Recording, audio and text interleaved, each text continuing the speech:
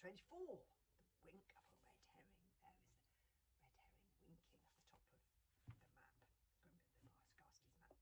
You know how it is. You search high and low in the archipelago for something. It's only when you're looking for something else that you accidentally find it. Squinting very hard at the map, Hiccup thought the lines and scribbles might indicate a way through the maze. Limping and slithering on the wet glass, Hiccup went through the exit of the cavern and made his way through a warren of tunnels, following until the lair of the monster opened out onto a great glass chamber, and Hiccup let out a cry of wonder. There it was, the maze of mirrors, the creature's secret chamber of treasures. How could such a primitive creature create something so very, very beautiful? Maybe the modern Svank was right. There must be poetry even in monsters. But the glass in that chamber was woven with such artistry and polished so fine that it turned into mirrors. The ceiling was woven with glass like a spider's web, and then in the centre of the chamber was column after column of mirrored glass, as beautiful as columns on a Roman temple. When you got closer still, you could see, encased in the glass, the monster's treasures that must have been stolen from generation after generation of poor Viking amber collectors. The monster must have attacked Romans too, for there were gorgeous Roman silver cups floating in the columns like flies in amber.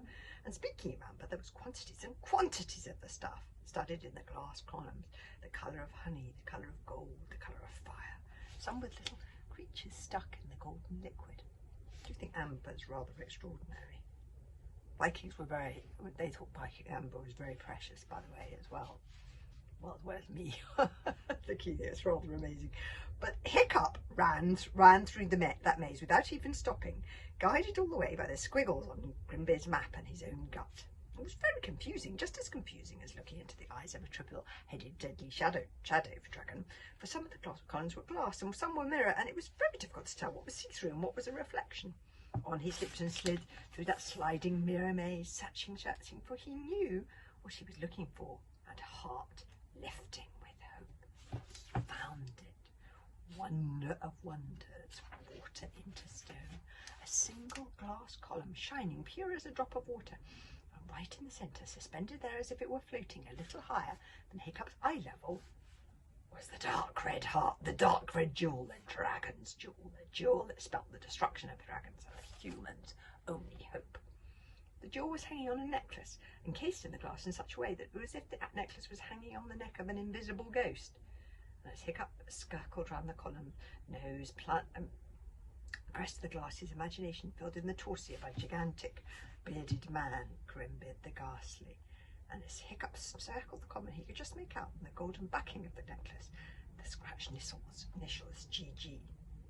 Hiccup fastened his waistcoat for Kamikaze's sword. He took it out and took a good aim at the column of glass about a foot or so below where the jewel was suspended, swinging at it with all his might as if he were swinging at a tree in the Hooligan Forest. The first swing took a big glass chunk out of the column, the second a larger bite, and on the third swing of the sword, Hiccup ducked as the entire column of glass came down with an almighty musical crash, tinkling little pieces raining down on him and the echoes ringing out in that gigantic underground mirrored cavern like a pealing of bells. Before Hiccup reached out to take it, he hesitated. What if he were to take the jewel? And there was nothing then to stop the anger. No, and then it were to fall into the wrong hands. But what if he did not take the jewel? And there was nothing then to stop the anger of the dragon furious. He put his head in the hands. How I wish that I was not the one who finds the lost things, thought Hiccup passionately. Why does it have to be me who makes these choices?